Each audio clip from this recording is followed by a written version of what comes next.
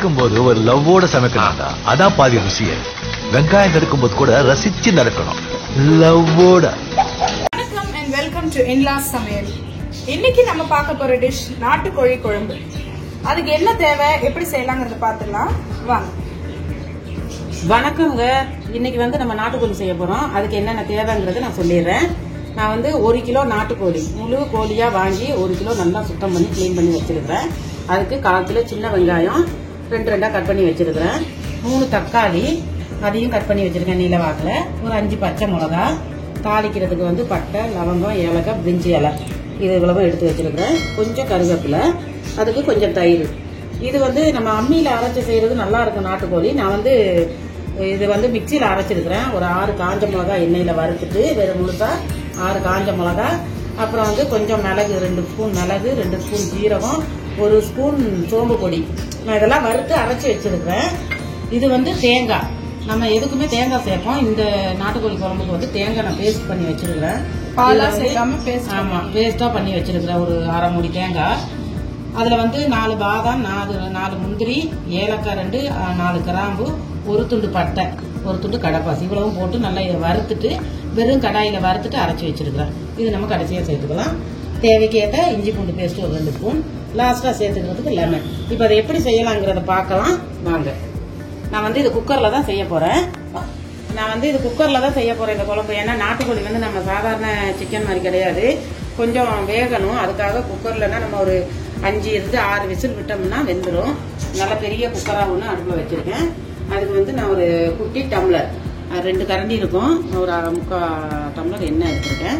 இந்த எண்ணெய் அதில் சேர்த்துக்கிறேன். எண்ணெய் நல்லா காயட்டும். நம்ம எண்ணெய் கொஞ்சம் நல்லா சேர்த்தோம்னா இந்த குழம்பு ரொம்ப டேஸ்டா இருக்கும். இப்போ அதில் நான் ஒரு கரண்டி நெய்யும் சேர்த்துக்கிறேன். ஆவி நெய் ஒரு கரண்டி. இந்த கரண்டியில நெய்யும் சேர்த்துட்டு நல்லா காயட்டும் ரெண்டும். என்ன எட்டலையா? எக்குற அவ்வளோ உயரமாக இருக்கு. எண்ணெய் காஞ்சதும் பட்டை, லவங்கம், ஏலக்காய் இதெல்லாம் சேர்த்துக்குவோம்.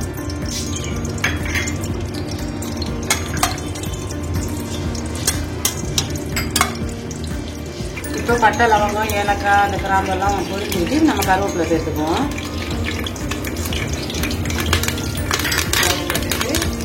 கருவேப்பிலையும் நல்லா பொரிஞ்சிட்டு நம்ம இந்த பச்சை மிளகாயை சேர்த்துக்கணும். அதில் மீன் குழம்புன்னா அப்படியே போட்டுருவேன். கறி குழம்புங்கிறதுனால எண்ணெயில் போட்டுறேன் நான். அதை பொரிஞ்சு வந்தோம்னா நம்ம இந்த கட் பண்ணி வச்சிருக்கிற சின்ன வெங்காயம் இதெல்லாம் சேர்த்துக்குவோம். வெங்காயம் எவ்வளோ நம்ம சேர்க்கிறோமோ அவ்வளோ டேஸ்ட்டாக இருக்கும் குழம்பு. நான் இப்போலாம் அதிகமாக சின்ன வெங்காயம் தான் சேர்க்குறேன். சின்ன வெங்காயம் இஸ் குட் ஃபார் ஹெல்த். முடி ரொம்ப நல்லது. முடி, கண்ணு எல்லாத்துக்கும் நல்லது. அதாவது நான் உங்களுக்கு இந்த மசாலா சொல்லிட்டே இருந்தேன். இந்த மசாலா அம்மியில ஊர்நாடு சைடுங்களெல்லாம் அம்மியில அரைப்பாங்க. எங்க சென்னையில எல்லாம் அம்மியே கிடையாது யார் வீட்லையும். அதனாலதான் மிக்சியில அரைச்சிருந்தேன். அது அம்மியிலேயே அரைச்சி வச்சோம்னா ரொம்ப நல்லா இருக்கும். குழம்பு நல்லா திக்கா. பொதுவாகவே நாட்டுக்கோழி மீன் குழம்பு, இந்த விரால் மீன் குழம்பு எல்லாமே அம்மியில அரைச்சி செய்தோம்னா ரொம்ப சூப்பரா இருக்கும். அம்மி இல்லாத பட்சத்தில் மிக்சியில் அரைக்க வேண்டியது. இப்போ இந்த வெங்காயம் ஓரளவுக்கு பொரிஞ்சிருச்சு. நம்ம கொஞ்சம் உப்பு சேர்த்துக்கிறோம். உப்பு சேர்த்தா இன்னும் சீக்கிரம் பொரிஞ்சிடும். நான் அந்த ஸ்பூனில் ஒரு 2 ஸ்பூன் கல் உப்பு, இந்த 2 ஸ்பூனில் 1.5 ஸ்பூன் சேர்த்துக்கிறேன். ஏன்னா கல் உப்பு 1.5 ஸ்பூன் சேர்த்துக்கிறேன். அதையும் சேர்த்துட்டோம்னா கொஞ்சம் டக்குன்னு வதங்கிடும். எங்கள் வீட்டில் ஒரே காற்று அடிக்குது, அதனால அடுப்பு அலைப்பாயுது. கல் உப்பையும் சேர்த்து நம்ம வதக்கிட்டு இஞ்சி பூண்டு பேஸ்ட் ஒரு 2 ஸ்பூன் இஞ்சி பூண்டு பேஸ்ட் எடுத்து வச்சுருக்கேன். அதையும் சேர்த்துக்கிறேன்.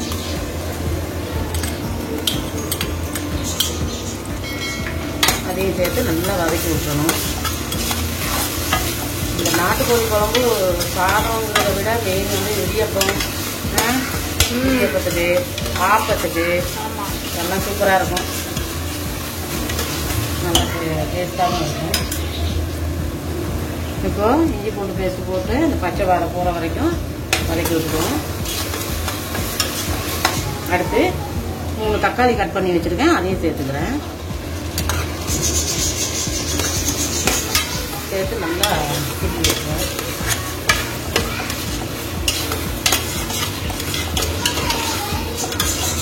நல்லா கிண்டி விட்டு கொஞ்சம் தக்காளியெல்லாம் நல்லா மசிகிற அளவுக்கு விட்டுருவோம்.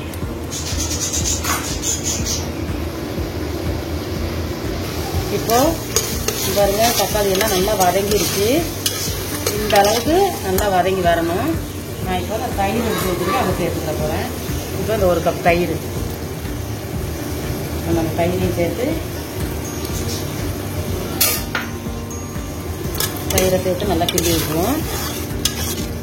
கிண்டி விட்டு இப்போ வந்து நான் மசாலா அரைச்சிருக்கிறேன். ஆனாலும் கொஞ்சமாக நான் எப்போவும் சேர்க்குற மசாலா கொஞ்சம் சேர்த்துக்கிற போகிறேன். ரொம்ப இல்லை. மஞ்சள் மட்டும் நான் அந்த தேக்கல்ல அரைக்கும் போது மஞ்சள் வந்து 1 ஸ்பூன், இந்த ஸ்பூனில் 1 ஸ்பூன், ஜீரகப்பொடி 1 ஸ்பூன்,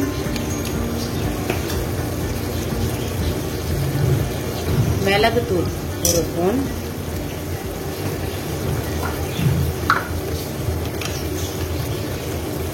மல்லித்தூள் வந்து 2 ஸ்பூன்,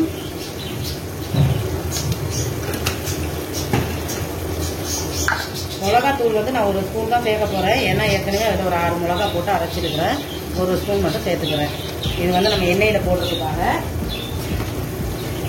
இப்போ எல்லாத்தையும் நல்லா கிளறி விட்டுருவோம். நான் வந்து நாட்டுக்கோழி வந்து சிக்கன் குழம்பு செய்கிற மாதிரி தான் செய்வேன். இன்றைக்கி வந்து நான் அரைச்சி செய்யணுன்ற ஒரு ஆசை, அதனால அரைச்சி செய்கிறேன். ரொம்ப நல்லா இருக்கும். இப்போ இதெல்லாம் மிக்ஸ் பண்ணியாச்சு எண்ணெயில். இப்போ நான் அரைச்சி மசாலாவை சேர்த்துக்கிற போகிறேன். எப்பவுமே வந்து மிளகாத்தூள்லாம் எண்ணெயில் வதக்குனா நல்லா இருக்கும். இப்போ வந்து நான் இதுதான் அரைச்சி வச்சிருக்கிறேன் அந்த மசாலா. இது வந்து ரொம்ப குழம்பு திக்காக இருக்கும். நான் எல்லாத்தையுமே சேர்க்காம கொஞ்சமாக சேர்த்துக்கிற போகிறேன். பாதி மட்டும் சேர்த்துக்கிற போகிறேன். பத்தலைன்னு நம்ம அப்புறமா சேர்த்துக்கலாம். இதில் பூண்டு எல்லாமே சேர்த்து அரைச்சி வச்சுருக்கோம். இதையும் எண்ணெயில் போட்டு நல்லா நம்ம மிக்ஸ் பண்ணிடணும். குழம்பு திக்காக இருக்கும். மெயினாக நல்லா கெட்டியாக இருக்கும் குழம்பு. இன்னொரு வாட்டி மக்களுக்கு கொஞ்சம் தெளிவாக சொல்லுங்களேன், அந்த மசாலாவில் என்னென்ன சேர்த்து. மசாலாவிலையா? இப்போ நான் இந்த அரைச்சி சேர்த்த மசாலாவில் வந்து மிளகு 6 காஞ்ச மிளகா, மிளகுன்னா முழு மிளகா, முழு மிளகு 2 ஸ்பூன், 6 காஞ்ச மிளகா, ஒரு 2 ஸ்பூன் ஜீரகம், சின்ன ஜீரகம், முழு ஜீரகம், அதுக்கப்புறம் இது சோம்பு அது 1 ஸ்பூனு, 4 பல்லு பூண்டு. இவ்வளவு போட்டு நல்லா மிக்சியில் அரைச்சிட்டேன். மையா அரைச்சி பேஸ்ட் பண்ணி வச்சுக்கிட்டேன். அதோட கொஞ்சம் மிளகாத்தூள் ஐட்டம்லாம் சேர்த்து இந்த மசாலா அரைச்சதையும் சேர்த்தோம்னா குழம்பு ரொம்ப கெட்டியாக டேஸ்ட்டாக இருக்கும். அதுக்காக தான் இந்த மெத்தட். இப்போ வந்து நல்லா எல்லாம் எண்ணெய் பிரிஞ்சு வருது பாருங்க. இந்த பதம் வரும்போது நம்ம இந்த கறியை சேர்த்துக்குவோம். கட் பண்ணி வச்சிருக்கிற கறி இதெல்லாம் சேர்த்துக்கிறேன். நாட்டுக்கோழி சேர்த்து இதையும். இது என்ன 1 கோழி 1 கிலோவா? கொஞ்சமாக இருக்குன்னு பார்க்குறீங்க. 1 கோழி, முழு கோழி இன்னைக்கு. இதை வந்து நல்லா இப்படி மிக்ஸ் பண்ணிடணும். மசாலா எல்லாத்துலேயும் நல்லா பிரண்டு வரணும். நாட்டுக்கோழி வந்து ரொம்ப சத்து. நம்ம சாதாரணமாக அந்த பிராய்லர் கோழியெல்லாம் சாப்பிட்றோம், அதை விட இந்த நாட்டுக்கோழி வந்து ரொம்ப சத்து. நிறைய குழந்தை பெற்றவங்களுக்கெல்லாம் இதெல்லாம் வச்சு கொடுப்பாங்க, ரொம்ப நல்லது. இப்போ வந்து நம்ம ஒரு 5 நிமிஷம் இதுக்கு வேகட்டும். இப்போ நல்லா கிளறி விட்டுருவோம். நம்ம நல்லா கிளறி விட்டு ஒரு பவுல் வந்து 1 பவுல் தண்ணி எடுத்து வச்சுருக்கேன். அந்த தண்ணி இதில் சேர்த்துக்கேன்.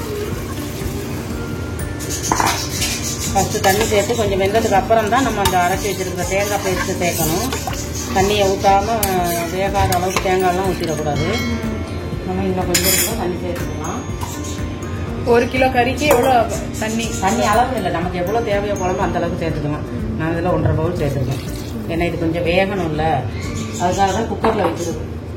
இப்போ இந்த மூடியை போட்டு மூடிட்டோம்னா ஒரு கொதி வரும்போது நம்ம தேங்காய் சேர்த்து குக்கர் மூடி போட்டு மூடணும். வந்து அது வேகட்டும். சரியா? இப்போ நம்ம இந்த தண்ணியெல்லாம் ஊற்றி நல்லா கொதி வந்துருச்சு. இப்போ தான் நம்ம அந்த தேங்காயை சேர்த்துக்கிடணும். தேங்காய் பேஸ்டெல்லாம் நான் அப்படியே சேர்த்துக்கிறேங்க. அதில் வந்து கொஞ்சம் தண்ணி சேர்த்துக்கலாம். சேர்த்து இந்த தேங்காய் பேஸ்ட்டோடு அதை அப்படியே நம்ம ஊற்றிக்கலாம். அந்த மசாலாலாம் போட்டால் கரெக்டாக இருக்குது. கொஞ்சம் காரம் வேணும்னா நான் அந்த மீதி மசாலாவையும் சேர்த்துக்கிற போறேன். ஏன்னா குழம்பு வெள்ளையா இருக்கு. மீதி வந்து ஒரு ஸ்பூன் தான். உரப்பா இருந்தா தான் பிடிக்கும். ஆமா, இது உரப்பா இருந்தா தான் நல்லா இருக்கும். இவ்வளவுதான் இருக்கு மீதி. ஆமா, நாட்டுக்கோழி கொஞ்சம் சொல்லுன்னு உரப்பா இருந்தா தான் நல்லா இருக்கும். மீதி மசாலாவையும் அங்கே சேர்த்துட்டு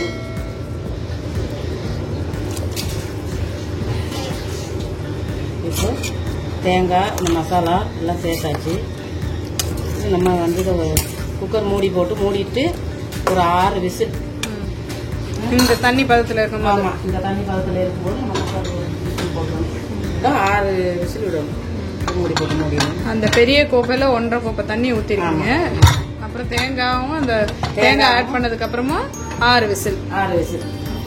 ஃபர்ஸ்ட் நம்ம விசில் விடல, சாதாரணமா கொதிக்க விட்டோம். இப்போ குக்கர் மூடி போட்டோம். ஓகே, விசில் வந்த அப்புறம் மீட் பண்ணலாம். பாய். 6 விசில் விட்டாச்சு. நம்ம வந்து குழம்பு எப்படி இருக்குன்றத திறந்து பார்ப்போம். இப்போ நம்ம இந்த குக்கரை திறந்து பார்த்துருவோம். குழம்பு எந்த அளவுக்கு ரெடி ஆகிட்டு இருக்குன்னு சூப்பராக வந்துருக்கு. இருமாக்காரன் இது பாருங்க, நல்லா கறியெல்லாம் வெந்துட்டு 6 விசில் தான் விட்டேன். கறியை வந்து கொஞ்சம் குட்டி குட்டியாக கட் பண்ணதுனால சின்னதாக இருக்குது. குழம்பு நல்லா ரெடி ஆகிடுது. இப்போ வந்து நம்ம மல்லிக்கீரை கொஞ்சம் எடுத்து வச்சுட்டு அதை போட்டுக்குவோம். லாஸ்ட்டாக தரேன்ப்பா, இருங்க ஒரு நிமிஷம் தரேன். வேறு வந்து சிக்கன் கேட்குறான், ஏற்றியும் கேட்குறோம். இப்போ வந்து நான் பாதி லெமன் அதை சேர்த்துக்கிற போகிறேன். பாதி லெமன் விட்டால் போதும், நிறைய புளிப்பு ஊற்ற வேண்டியதில்லை.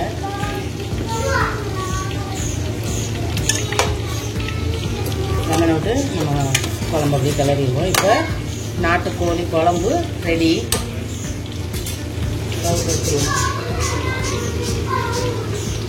ஸோ நல்ல சூப்பரான சுவையான ஒரு நாட்டுக்கோழி குழம்பு எப்படி செய்யறதுன்னு பார்த்தீங்க. இந்த வீடியோவை பார்த்துட்டு நீங்களும் வீட்டில் ட்ரை பண்ணி பாருங்க. நிச்சயமா ரொம்ப நல்லா வரும். எப்படி வந்ததுன்னு கமெண்ட் செக்ஷன்ல சொல்லுங்க. இன்லாஸ் சமையலுக்கு சப்ஸ்கிரைப் பண்ணாதவங்க எங்க சேனலுக்கு சப்போர்ட் பண்ணுங்க, சப்ஸ்கிரைப் பண்ணுங்க. அடுத்து ஒரு பியூட்டிஃபுல்லான டிஷ்ஷோட உங்களை சந்திக்கிறோம். until then bye. ஓகே, பாய். கண்டிப்பா இந்த சேனலுக்கு சப்ஸ்கிரைப் பண்ணுங்க, லைக் பண்ணுங்க. தேங்க்யூ, பாய். சமைக்கும் போது ஒரு லவ்வோட சமைக்கணும்டா, அதான் பாதி ருசியே. வெங்காயம் நறுக்கும் போது கூட ரசிச்சு நறுக்கணும், லவ்வோட.